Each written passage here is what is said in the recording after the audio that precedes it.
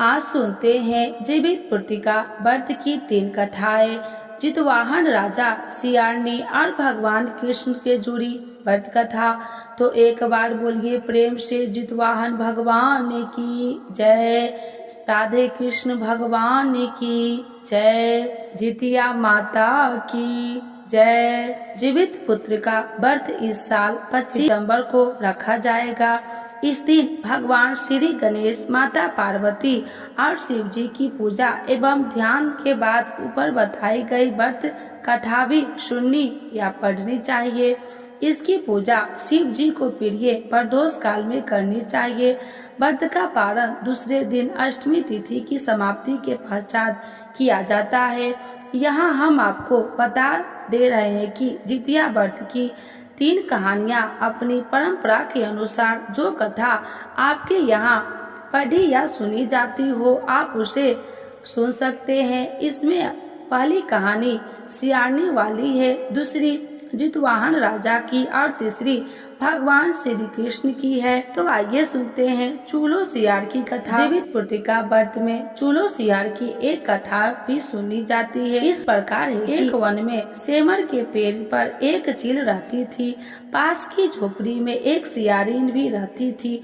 दोनों में खूब पटती थी। चूलो जो कुछ भी खाने को लेकर आती उसमें से सियारिन के लिए जरूर हिस्सा रखती। सियारिन भी चूलो का हिस्सा ही ध्यान रखती। इस तरह दोनों के जीवन आनंद से कट रहे थे। एक बार वन के पास गांव में औरतों जितिया की पूजा की तैयारी कर रही थी। चूलो ने उसे बड़े ध्यान से देखा और अपनी सखी सियारिन को भी बताया। फिर चूलो सियारों ने तय किया कि वे भी यह व्रत करेगी। सियारनी और चूलो ने जितिया का व्रत रखा।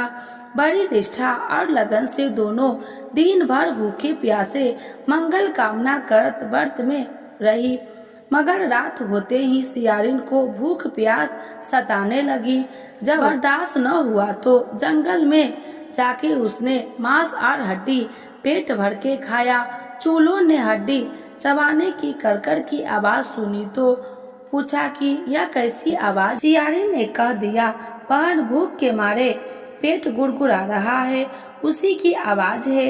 मगर चूलो को पता चल गया। उसने सियारिन को खूब लताड़ा कि जब व्रत नहीं हो सकता तो संकल्प क्यों लिया था।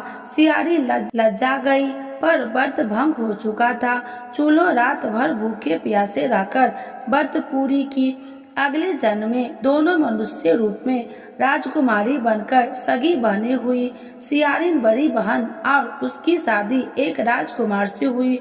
चूलो छोटी बहन, उसकी शादी उसी राज्य मंत्री पुत्र से हुई। बाद में दोनों राजा और मंत्री बने। सियारिन रानी के जो भी बच्चे होते वे मर जाते, जबकि चूल्लो के बच्चे स्वस्थ और हट्टे कट्टे रहते। इससे वह जलन होती। उसने कभी उनका सर काटकर डब्बे में बंद करा दिया, पर वह शीश मिठाई बनकर जाती और बच्चे का बाल तक बाका न होता। बार बार उसने अपनी बहन के बच्चे और उसके पति को मारने का प्रयास भी किया, पर सफल न हुई। आखिरकार देव योग से उसे भूल का अभ्यास हुआ। उसने क्षमा मांगी और बहन के बताने पर जीवित पुत्रिका व्रत विधि विधान से किया तो उसके पुत्र भी जीवित रह। अब आइए जानते हैं जीवित पुत्रिका जितवाहन भगवान की कथा। गंधर्वों के राजकुमार का नाम जितवाहन था। वे बड़े उदार और परोपकारी थे। जितवाहन के पिता ने वृद्ध अवस्था में वनप्राश आश्रम में जाते समय इनको राज सिंहासन पर बैठाया, किंतु इनका मन राजपाट में नहीं लगता। वह राज्य का भार अपने भाइयों पर छोड़कर स्वयं वन में पिता की सेवा करने को चले गए। वन में ही जितवाहन को मलयमती नामक राजकन्या से भेंट हुई और वो दोनों में प्रेम हो गया। एक दिन जब वन में भ्रमण करते हुए जितवाहन काफी आगे चले गए, तब उन्हें एक वृद्धा विलाप करते हुए दिखी। पूछने पर वृद्धा ने रोते हुए बताया, मैं नाग वंश की स्त्री हूँ, मुझे एक ही पुत्र है।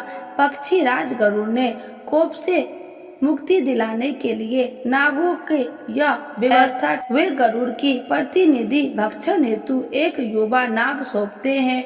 आज मेरे पुत्र शंखचूड़ की बलि का दिन है। आज मेरे पुत्र के जीवन पर संकट है और थोड़ी देर बाद ही मैं पुत्रहीन हो जाऊंगी। एक स्त्री के लिए इससे बड़ा दुख क्या होगा कि उसके जीते ही उसका पुत्र न रहे। जीवित वाहन को यह सुनकर बड़ा दुख हुआ। उन्हें उस वृद्धा स्त्री के आश्वासन करते हुए कहा कि डरो मत, मैं तुम्हारे पुत्र के प्राण की रक्षा करूंगा। आज उसके स्थान पर स्वयं मैं अपने आप को उसके लाल कपड़े में वत्थे शिला पर लेटूंगा ताकि गरुड़ मुझे खा जाए, पर तुम्हारा पुत्र बच जाए। इतना कहकर जीवित वाहन ने शंखचूड़ के हाथ से लाल कपड़ा ले लिया और वे उसे लपेटकर गरुड़ को बलि देने के लिए चुनी गई विद्या शिला पर लेट गया। नियम समय पर गरुड़ बड़े वेग से आए और वे लाल कपड़े में ढके जितवाहन को पंजे में दबाकर पहाड़ के शिखर पर जाकर बैठ गए। गरुड़ ने अपनी कठोर चोक का प्रभाव किया और जीवित वाहन के शरीर से मांस का बड़ा हिस्सा नोच लिया। इसकी पीड़ा से जीवित वाहन की आंख से आंसू बह निकले और वह दर्द से कहराने लगे। अपने पंजे के चक्रे प्राणी की आंखों में से आंसू और मुंह से कराहट सुनकर गरुड़ बड़े आश्चर्य में पड़ गए, क्योंकि ऐसा पहले कभी न हुआ। उन्होंने जीवित वाहन से उनका परिचय पूछा। जीवित वाहन ने सारा किस्सा कह सुनाया कि कैसे एक स्त्री के पुत्र की रक्षा के लिए वह अपने प्राण देने आ गए। आप मुझे खाकर भूख शांत करे। गरुड़ उनकी बहादुरी और उस प्राण रक्षा के लिए स्वयं का बलिदान देने की हिम्मत से बहुत प्रभावित। स्वयं पर पछतावा होने लगा। वह सोचने लगे कि एक मनुष्य है जो दूसरे के पुत्र की रक्षा के लिए स्वयं की बलि दे रहा है, और एक मैं हूँ जो देवों के संरक्षण में हूँ किंतु दूसरे की संतान की बलि ले रहा। उन्होंने जीवित वाहन को मुक्त कर दिया। गरुड़ ने कहा, हे उत्तम मनुष्य, मैं तुम्हारी भावना और त्याग से प्रसन्न हूँ। मैं तुम्हारे शरीर पर जो घाव किए हैं उसे ठीक कर देता हूँ। तुम अपनी प्रशंसा के लिए मुझे कोई वरदान मांग। राजा जीवित वाहन ने कहा, हे पक्षीराज, आप तो समर्थ हैं। यदि आप प्रसन्न हैं तो और वरदान देना चाहते हैं तो आप सर्पों के अपना आहार बनाना छोड़ दे। आपने अब तक के जितने भी प्राण लिए हैं उन्हें जीवन प्रदान करे। गरुड़ ने सबको जीवन दान दे दिया और नागों की बलि न लेने का वरदान भी दिया। इस प्रकार जीवित वाहन ने साहस से नाग जाति की रक्षा हुई। गरुड़ ने कहा, तुम्हारी जैसी इच्छा वैसा ही होगा। हे राजा, जो स्त्री तुम्हारे इस बलिदान की कथा सुनेगी और विधि पूर्वक व्रत का पालन करेगी, उसकी संतान मृत्यु में मुख से भी निकल आएगा। तब से ही पुत्र की रक्षा हेतु जीवित वाहन की पूजा की प्रथा शुरू हो गई। यह कथा कैलाश पर्वत पर भगवान शंकर ने माता पार्वती को सुनाई थी। जीवित पूर्तिका के दिन भगवान श्री गणेश, माता पार्वती और शिव जी की पूजा एवं ध्यान के बाद कथा सुननी चाहिए। तो एक बार बोलिए प्रेम से जीवित वाहन भगवान की जय, जितिया माता की जय।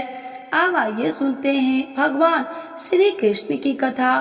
तो एक बार बोलिए प्रेम से राधे कृष्ण भगवान की जय।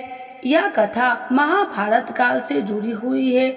महाभारत युद्ध के बाद अपने पिता की मृत्यु के बाद अश्वत्थामा बहुत ही नाराज था और उसके अंदर बदला की आग तीव्र थी, जिस कारण उसने पांडवों के शिविर पर घुसकर सोते हुए 5 लोगों को पांडव समझकर मार डाला, लेकिन वे सभी द्रौपदी की 5 संतानें थी।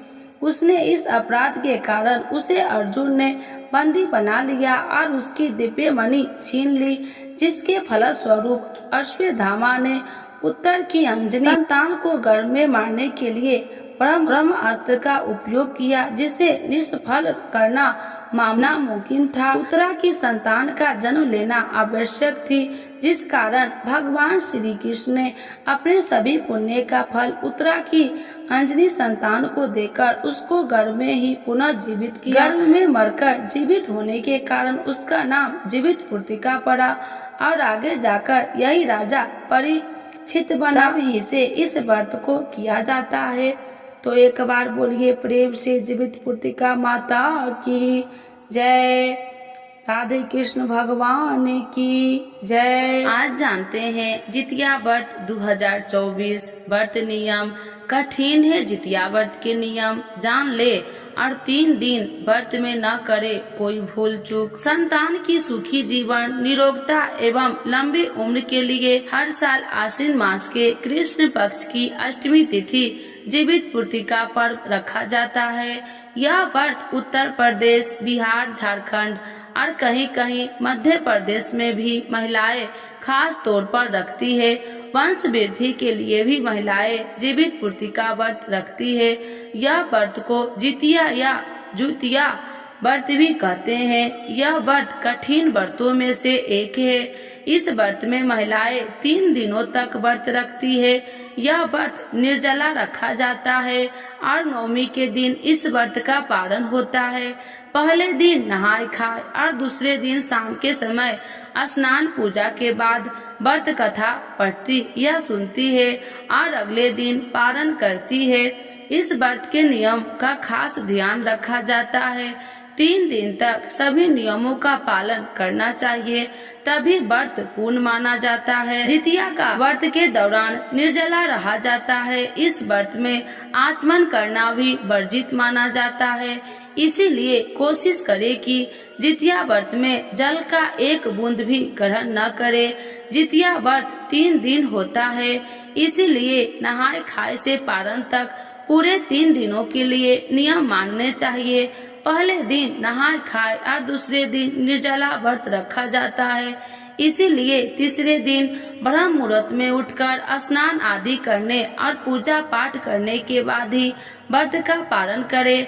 इस दिन भगवान सूर्य देव की भी पूजा की जाती है। उन्हें बाजरे और चने से बने व्यंजन अर्पित करना चाहिए। इस दिन कोई वस्तु न काटे और न ही कटे हुए फल सब्जी का उपयोग करे। किसी भी तरह की जीव हत्या करना पाप माना जाता है।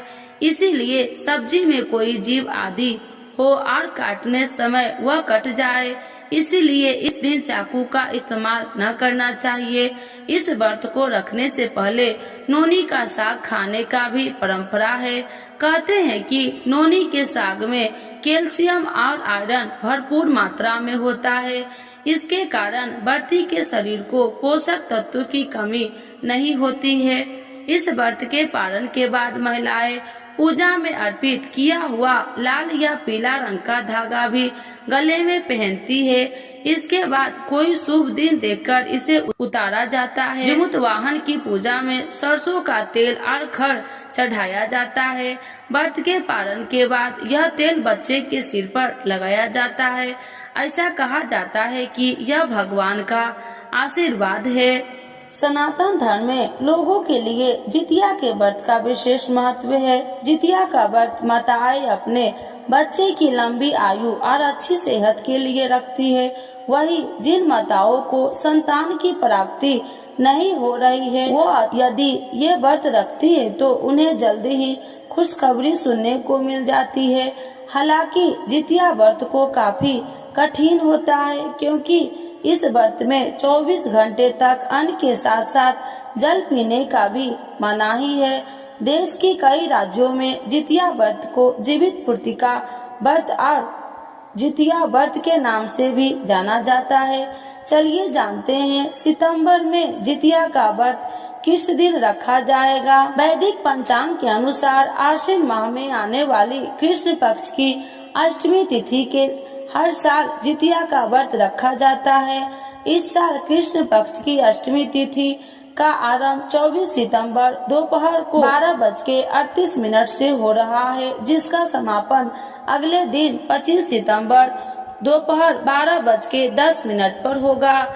ऐसे में उदया तिथि के आधार पर जितिया का व्रत 25 सितंबर 2024 को रखा जाएगा। जितिया व्रत का पूजा का शुभ मुहूर्त क्या है, आइए जानते हैं।